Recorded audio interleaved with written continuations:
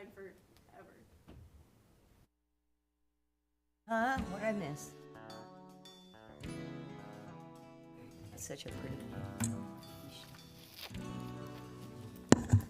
I'd like to welcome everyone who's listening or watching this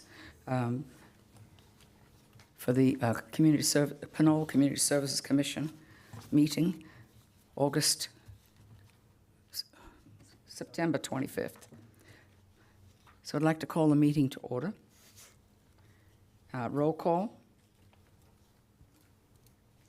Commissioner Butler, Present. Commissioner Kopp, Here. Commissioner Martin, Here. Commissioner Ojeda, Here. Commissioner Rupert, Here. and Commissioner Teller. Present. Thank you. Now we'll move on to reports and communications. And the first item is chair report.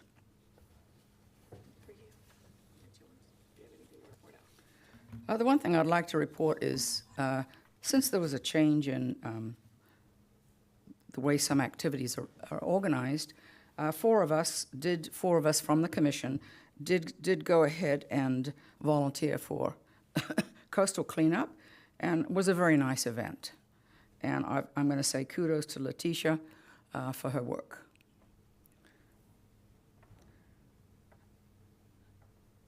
Okay, that's it.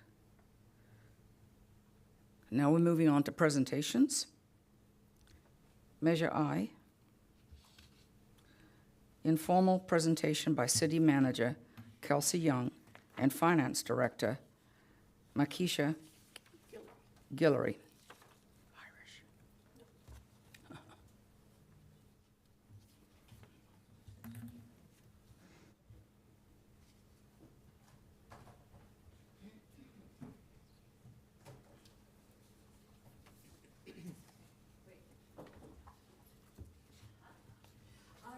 So thank you so much for having us.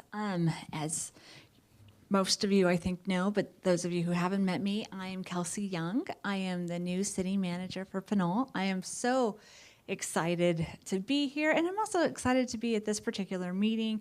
I've met about half of you so far, and you all are awesome, so I'm looking forward to getting to know the other half of you, and just being here in Pinole. So we are going to talk about Measure I, and really what we're here to do is just provide you with some very straightforward information, and then we're going to open it up for any type of questions that you may have. So I'm going to actually turn it over to our finance director, and she's going to introduce herself and do the first slide, and then we'll keep going. Good evening, everyone. For those of you who I have not met, I am the city's finance director, Markeisha Guillory, and I will be co-presenting with our city manager, Young. So this presentation will provide information on Pinole's municipal election and Measure I, which is the proposed half-cent sales tax. Next slide.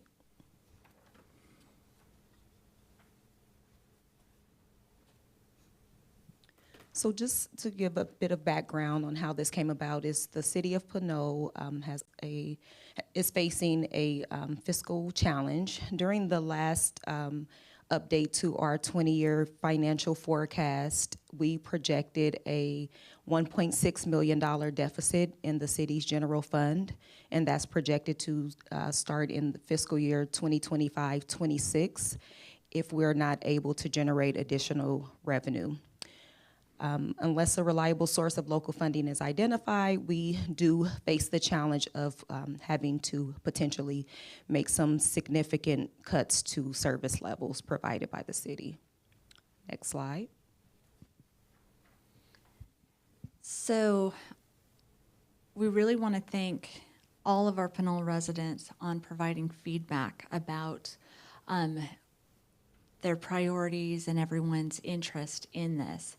And so we identified priorities important to the community in a spring 2024 survey, and the city is working towards a long-term strategy of maintaining fiscal stability and basic services for the city of Pinole, which brings us here. So some of the priorities that were identified by the Pinole residents through the polling that was done this past spring were that the city would like to, or residents would like for the city to continue providing clean water, maintaining public safety services, including 911 emergency response times, keeping public areas and parks healthy, safe and clean for our residents, keeping funds local, and maintaining fire protection and response, as well as maintaining crime prevention programs. So those were some of the highly rated priorities that were identified during the polling. Slide. So as was just mentioned, during the polling, one of the areas that's really important for community residents is to keep Pinole safe. The city wants to maintain neighborhood police controls, continue investments in crime prevention programs, and maintain police 911 response times. Right now, there's a lot of cities throughout the Bay Area that are struggling with rising crime.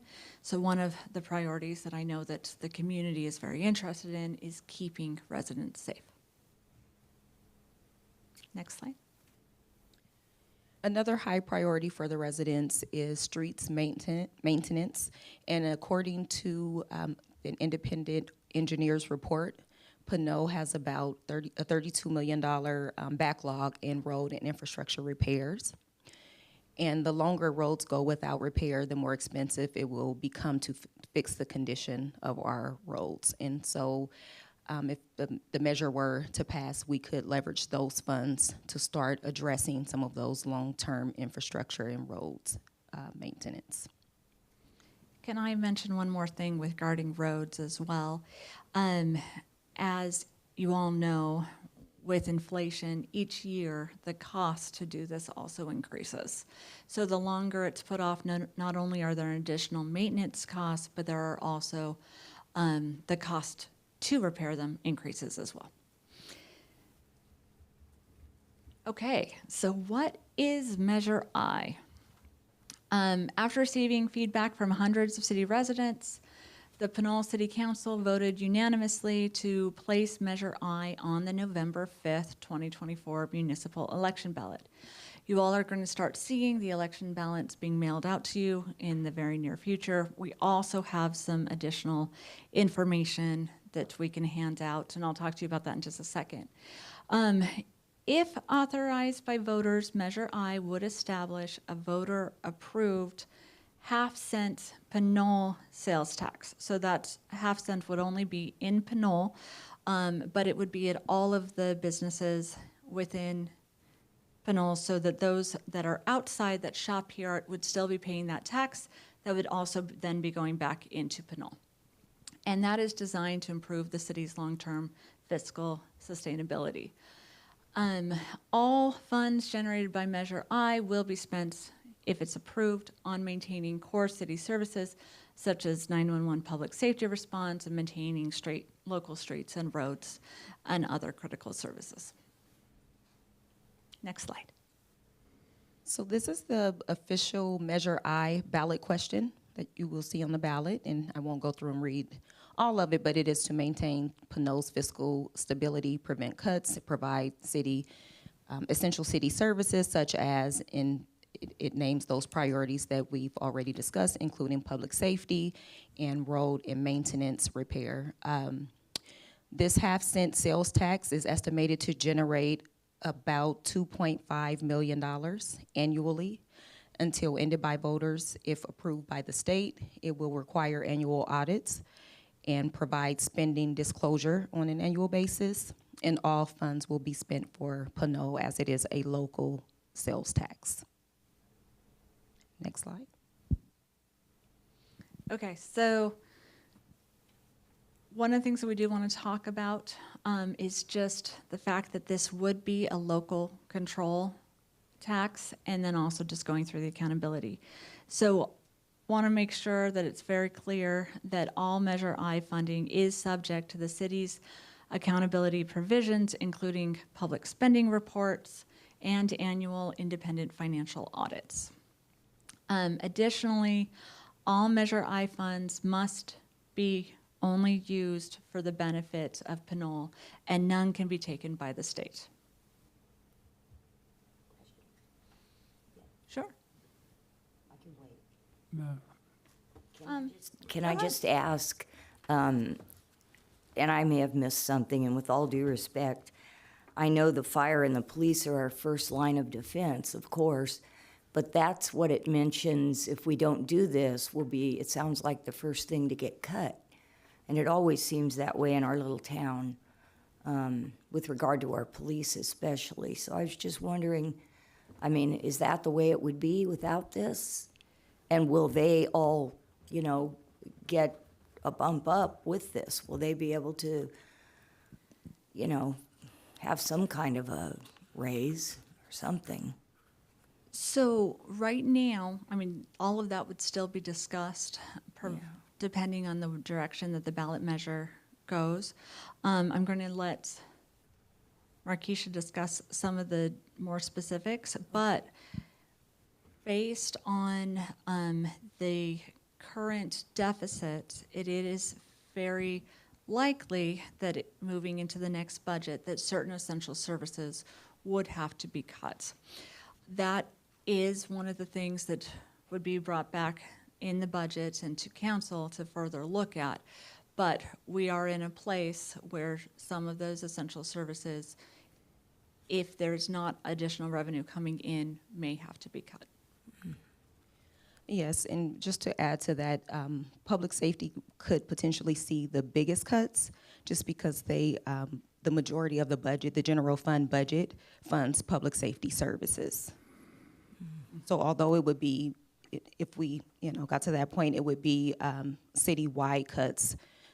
The majority of the budget is concentrated in those areas, so that could be significant.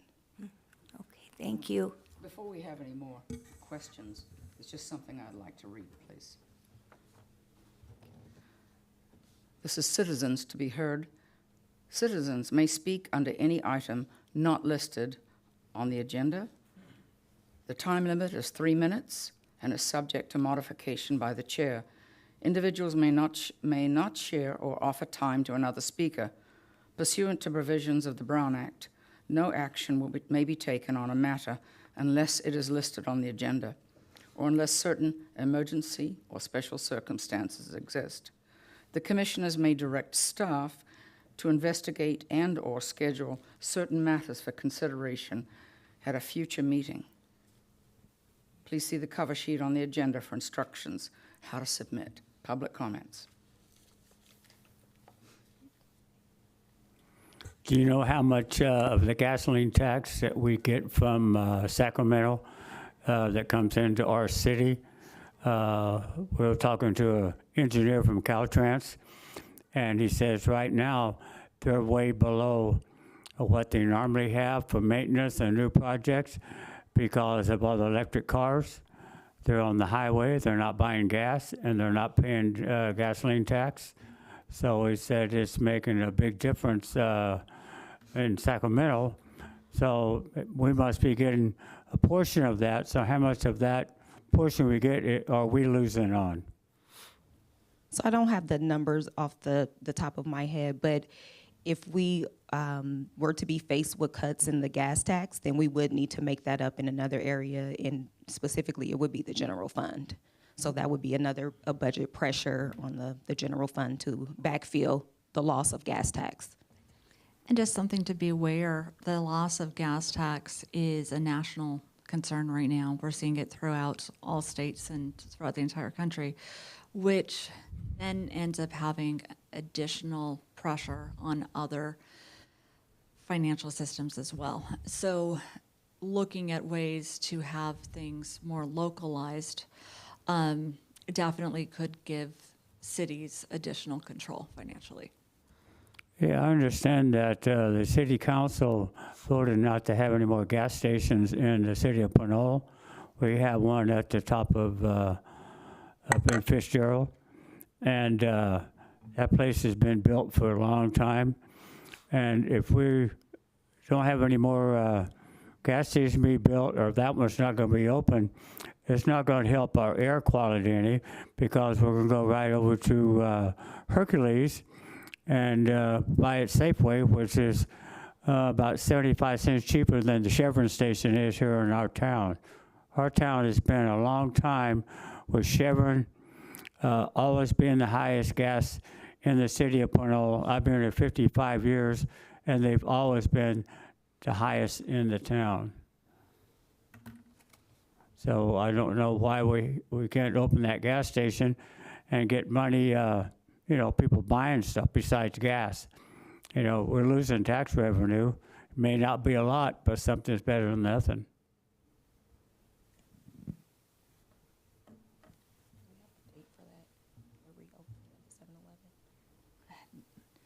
I think we were thinking.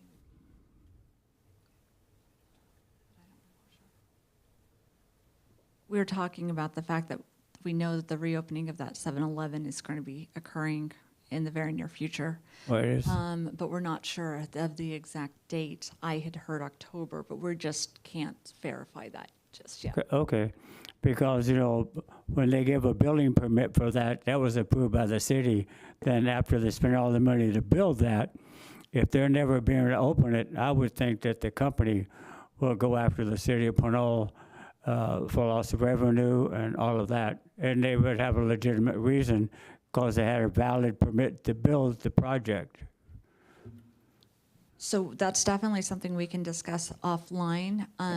In my brief conversations with the building department and looking through that, it does not look like things have been stalled on the city side, but I could get you more information on that. Okay. Okay, we just have a couple more slides here. So what else is on Pinole's municipal election ballot? In addition to Measure I, Pinole voters can also select the city treasurer and 2 at-large city council representatives in this election. And the city encourages all voters to make informed decisions on state propositions as well, regional and state candidates. And then there's information with a link to where to go online to register to vote. And there's also more information about Pinole's municipal election and Measure I on Pinole's website. And that is at www.pinole.gov. Next slide. And then we're just going to open it up for comments and questions. But again, if you want to go to our website, there's additional information, and we're just hoping everybody will go out and become informed on the issues and then vote by November 5th. So speaking of getting informed, we do have a couple pamphlets that we will hand out to you all. Do you want to put a little caveat? This is not the final product. So you all are kind of getting to see our draft, where we're going to be modifying some of our photos and changing a little bit of wording here and there, but we wanted you all to get to have an opportunity to see it. So we'll hand these out, but also, are there any other questions? Are there any questions from any of the public?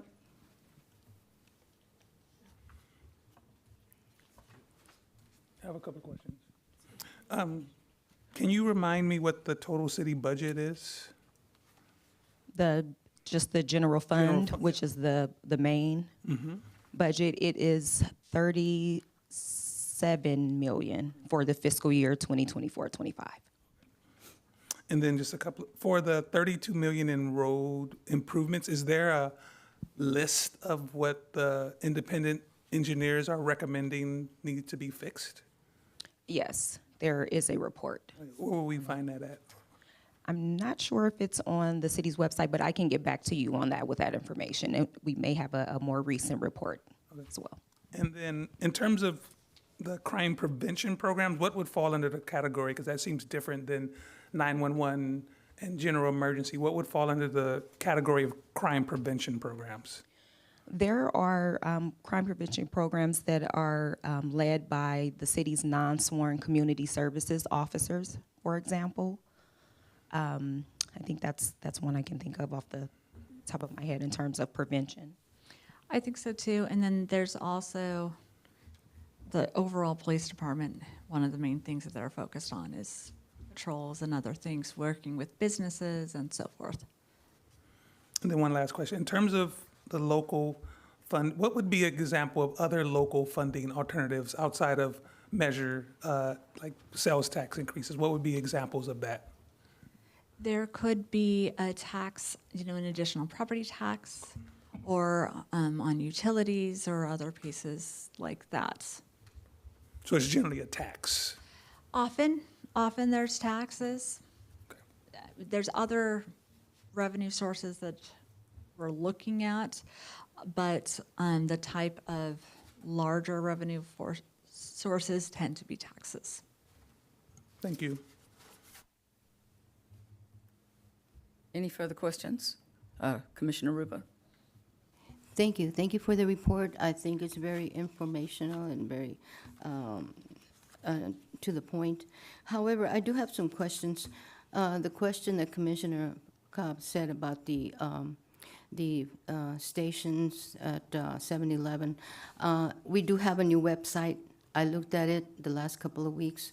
It's really informative, tells you about all the projects, the latest thing happening. And a lot of this has gone through the planning and the council. So if you want to get up to speed on what's going on, it's all there.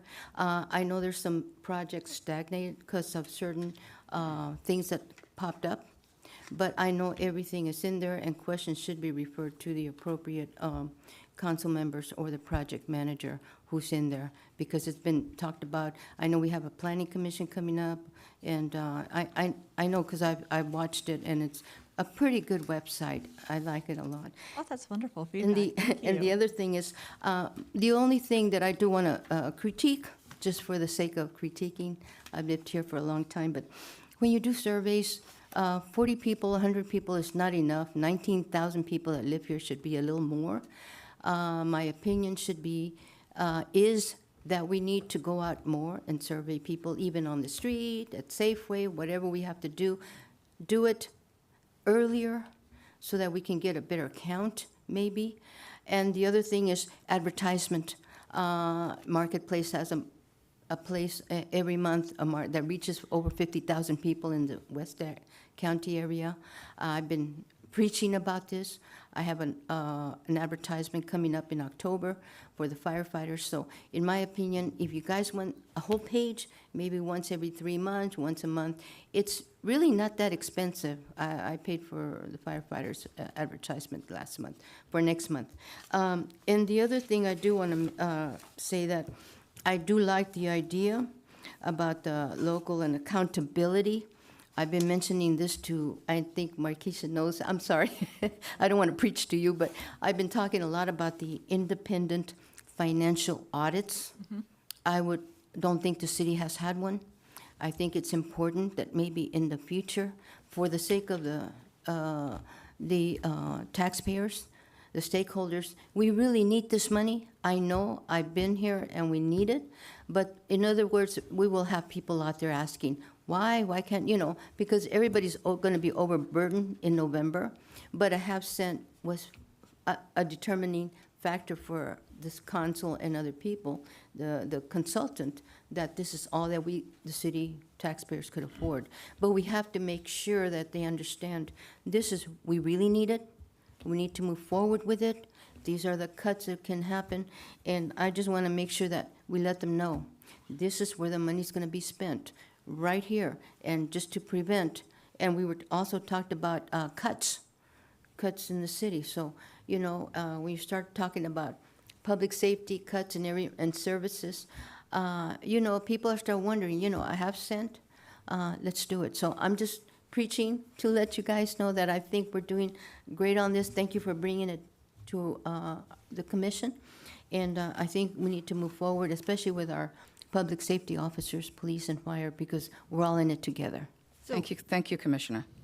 If I can say one thing too, just to something to be aware of as commissioners and as of the city too, we may present information, but we need to really leave it up to the community to make the decisions. And it's important that we don't advocate for or against it. So we'll just give you all this information, And if you do have any additional questions, though, we're more than happy to do that. Also, just a couple things. Can I just add some personal things really quickly? Oh, can I give you an update, Ms. Whalen, update on your question? That yes. 7-Eleven. I do want to just report out, our community development director stated that the holdup was with AT&T on that project for 7-Eleven in the gas station. It was not with the city, it was with AT&T. And earlier today, our staff actually did reach out to also get an opening date. So the city is pursuing it and actively wanting it, so we will follow up, but that is all that we have as of today. So just a fresh Thank you. update. Really appreciate that. Yeah, of course. Also, so you all know, because I want to be accessible, I have office hours every Thursday afternoon from 3 to 4. Feel free to just drop by, and that's applicable to anybody in the public. And we're also going to have another meeting on October 8th that is going to be a Meet the City Manager. Please tell anybody that you think might be interested. We're going to be talking about police chief recruitment, Measure I, answering questions, and then I'm just going to be introducing myself. So just wanted to let you all know that. Let me hand these out, and then are there any additional questions or thoughts? What time? 5 to 7, thank you, and that'll be at the Senior Center. All right. Thank you both very much. Thank you for having us. Thank you, Kelsey and Makisha. Thank you.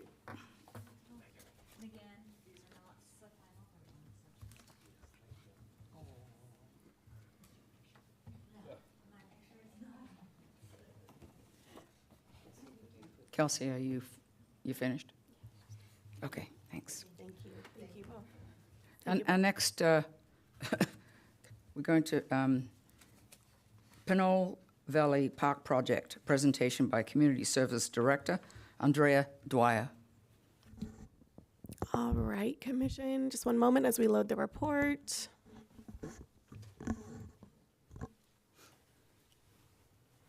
Okay, so tonight what we have in front of us for this presentation is a discussion about Pinole Valley Park.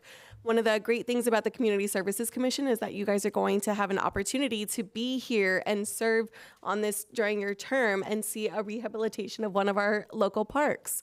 So for, next slide. And today we're going to talk specifically about a park project that we have going on. And I just want to talk about our parks in the city of Pinole for a second.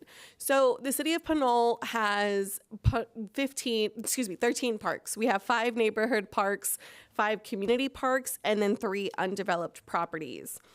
What is very specific about Pinole Valley Park that you'll find is we have what we call East and West. So a lot of the times people will go out there and really see a vibrant baseball field, you'll see a soccer field, you'll see goals out there. At Pinole Valley Park, that is the west side of that park.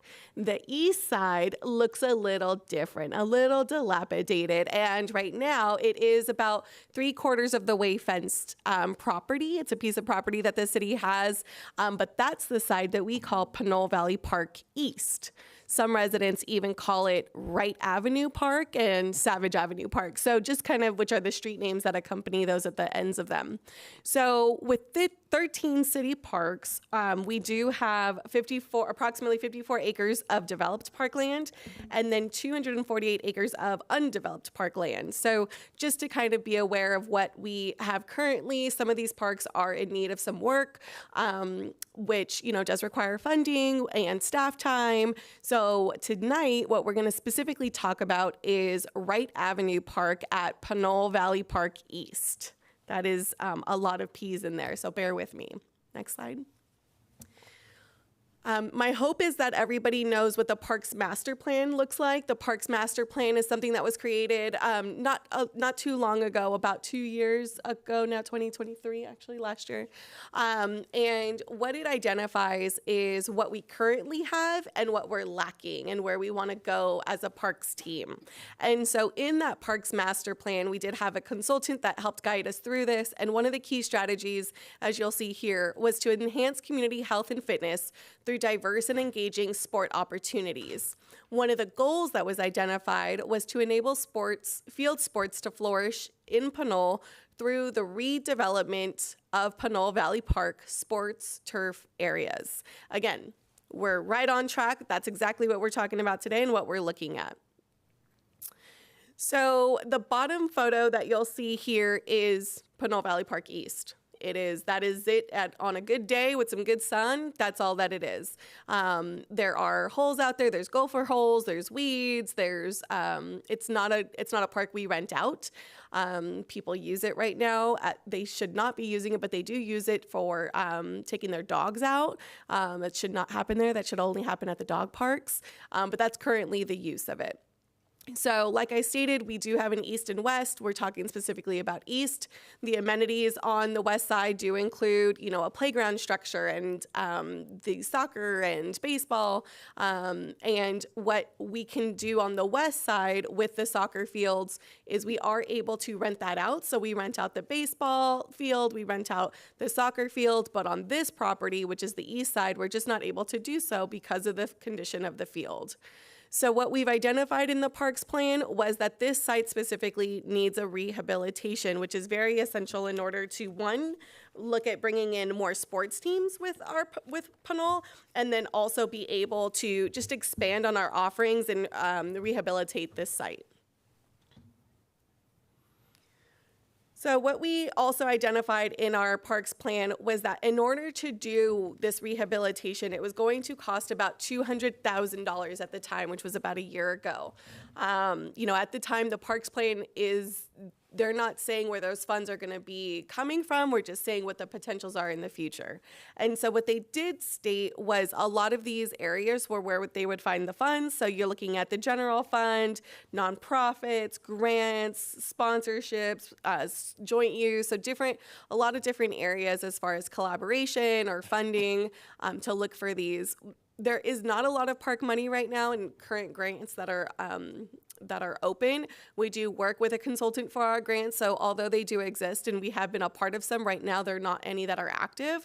They are talking about some that will maybe open up in the winter of this late year or early next year. We do keep a monthly call, just so everybody knows, for grants as far as parks are concerned, and we are actively looking at pursuing for those opportunities. So collaboration. Today, what I have in front of us to talk about is we have an awesome collaboration in front of us, a potential. West Contra Costa Youth Soccer League is a soccer league that serves the Contra Costa area. And so they provide soccer to youth around Hercules and Rodeo, Pinole. So locally throughout Contra Costa, they use their fields for the city, and then they host practices and games and tournaments. And so Maria and I both met with the soccer league on July 11th, which was a couple of months ago. They have offered to collaborate with us and provide the funding to the city for the rehabilitation of the park east. And so previously, the city has collaborated with them in 2012, where the city was provided with $35,000 to do some improvements to the Pinole Valley Park, which was amazing. And it offered an opportunity for collaboration at that time. What this would do for their soccer group would be allow for Pinoleans to really sign up for their league, but also enhance our current park system and the usage, and be able to just expand our offerings for our residents and community members. So we are very interested in this rehabilitation collaboration. The city, we had looked out for some quotes to see who would be interested, who could do a park project. We're looking at fall and winter to do this project, which would be in October.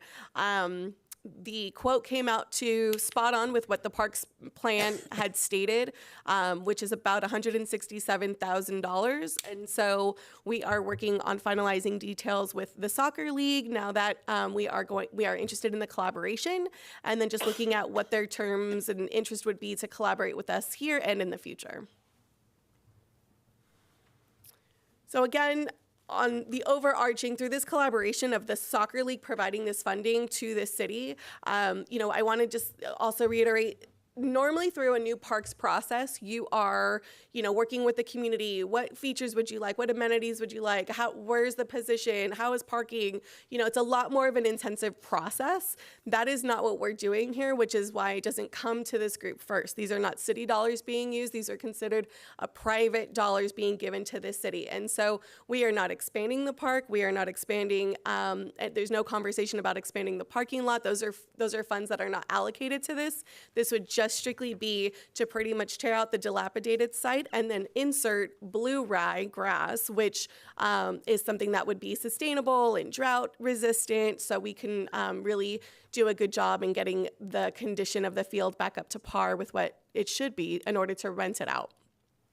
Through this collaboration, we'll be able to provide revenue. We'll be able to receive revenue through field rentals and park reservations. So there's tournaments and there's games and there's practices. All of those, when those are reserved, do require a dollar amount for those reservations. And so currently, on the west side, we receive funding for those reservations. So we have a potential to do that once this is able to be rehabilitated. And while being able to collaborate, we're really hitting on what that Parks Master Plan identified, which was that key strategy. We're hitting one of those goals, which is amazing. And also just expanding that partnership for our residents and the soccer league to be able to jointly come together and do something for our community, which is beautiful. And we often get asked through the community services department, what is happening with that park? Why does it look like that? When are we going to do something about it? So this is something that, we're talking to the finance director, we're talking about additional funding, but this is something that is separate. This is one of those opportunities that does not come around very often, to be able to collaborate on such an awesome project. So now I'm going to open it up. If there's any, we're going to first check and see if there's any public speakers. And there are none, so we will go ahead and open it up for any questions. That sounds great. Growth. Wonderful. Yes, thank you. Yes, Commissioner Report. Thank you. Yeah, I was here at the council meeting when you presented this. I like the idea. I really think that we need to bring this home, bring it to the city, West Contra Costa, for the kids. One thing you did say, no public funds will be used, or is it just, are they going to fund the $167,000? And then it's still our park, we still can rent it out. I mean, I used to be a soccer coach, player, and manager for 20 years in a league also, and there were issues on fields and who pays for it, and all the other issues, parking in the area, the neighborhood, traffic and that's one thing they brought up at the council meeting, traffic and pedestrian. My question is this: we have to iron out all those little details, but mainly, is this league going to provide the $167,000, or are they going to look for funds, or are we going to assist in that? I know we could probably help out in some areas. So this is my question to you. Where do we stand in this? Yeah. So what I said before was that they would be providing the full funding. So the soccer group is providing. The city is not going to assist with that. The city does not have a dollar to give to this. This is all through the soccer group. They're handing over the funds for that. So when we say collaboration, it's because they're going to be able to give us the funds, and we're then going to build this project, which takes staff's time and resources. I do want to comment, though, on the details that are going to get ironed out. They will not be ironed out. We are not going to discuss parking. We will not discuss any of that beyond what we're doing on this field. And I say that because all of that is dollars, and there's a process for that, and this is not a part of that process. But to your point, the full $167,000, they will not receive a dollar from us. That is completely given. The proposal is to be completely given to us by the soccer league. Yeah. And my follow-up on that about the traffic and pedestrian that was raised at the council. Mm-hmm. My question is, we do have a TAPS committee. Are the neighborhoods, once they pursue and using the field, they are going to be in the neighborhood parking, and that's one of the things they brought up. My question is, I'm just saying that before we move forward and get all the teams, because I know that happened to us many times over. We were at a field where a lot of residential homes, and I got a lot of complaints. My thing is, we need to work together, like you say, not to provide a lot of staff time, because that's what they're going to do. We're going to pass this on to them. However, we do need to be careful about the neighborhood and the residents around it, that they're not disturbed, and make sure that there's, we follow certain rules. You understand what I'm saying? I mean, Because it's not a new park, there's no new rules to be shared. It's an existing park. So just for some context, and maybe this is something that would help, is this field used to be rented. So it just, during the drought process, right, when we had to stop watering fields, we had to stop taking care of things, it became dilapidated. And so years ago, it was getting rented. This is not a new park. So this is something that when the residents, whether they were there or not, we won't be notifying them. There is no new construction. This is all just a rehabilitation. So there's no new. So although it was raised, a lot of those questions were answered that night. So if we were developing a new parcel, absolutely, we would be notifying. We would be, there would be a lot more to it. But this is just taking the dirt out and putting some new dirt in the grass. yeah, but to follow up on that, it's not a new field, but it hasn't been used for a long time.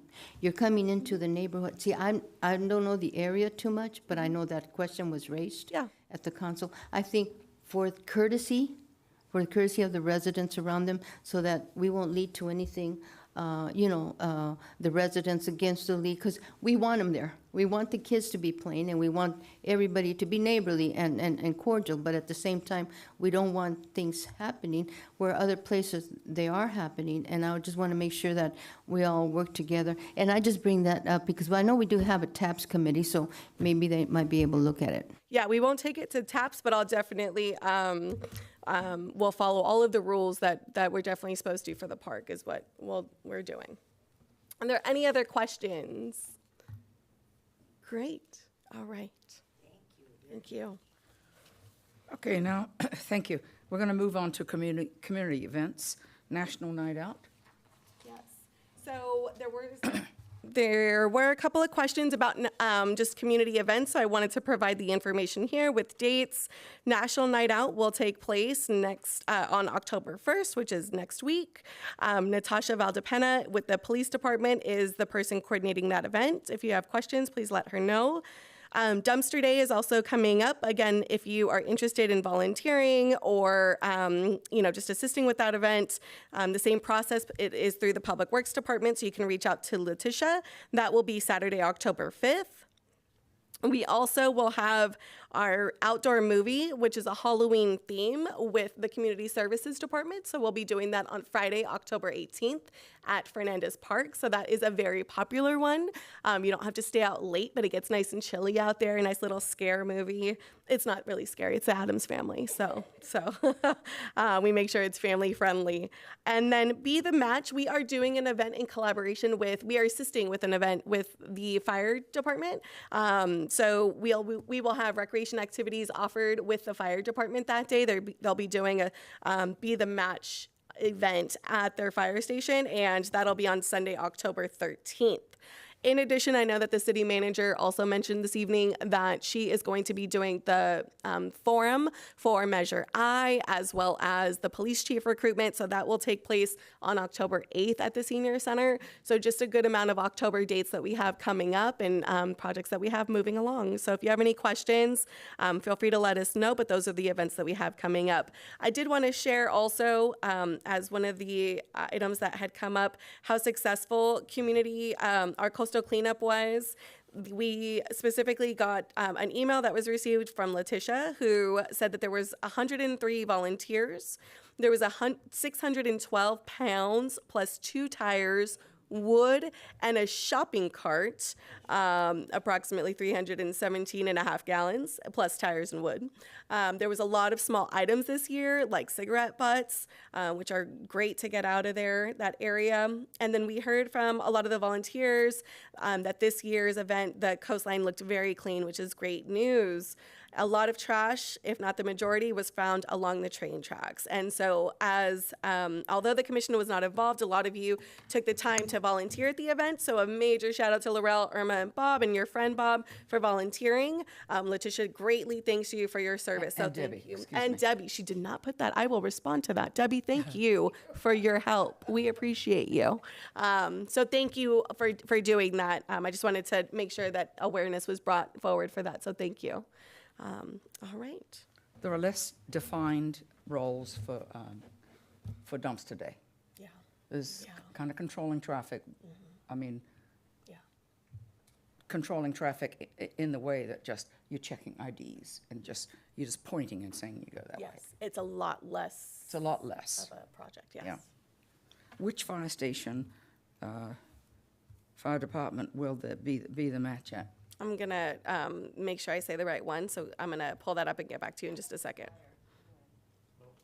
I'll get back to you in just 1 second with that final. I have the flyer if you want me to. Nope, I got it. Thank you. Got it, okay. Station 74, which is at 3700 Pinole Valley Road.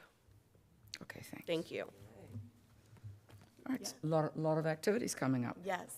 Yes. Okay, we're going to move on to new business.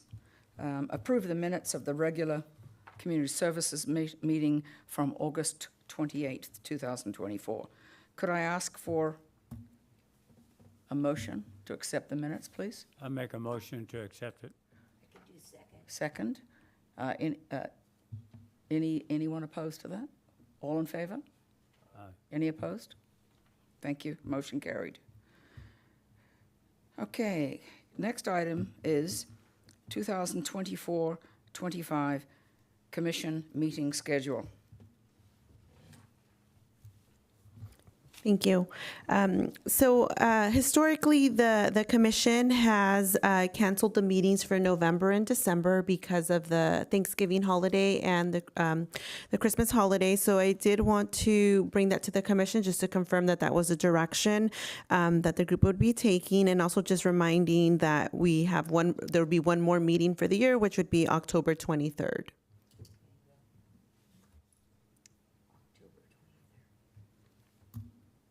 I think it's a good thing to do. Does anyone disagree with that? Okay. Yeah.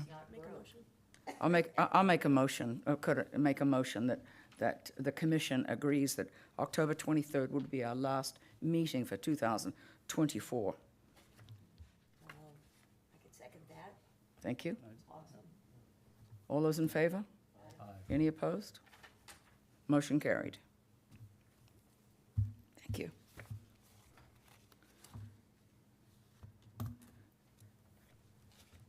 At this point, we'll adjourn the meeting until October 23rd. Thank you. Thank you so much.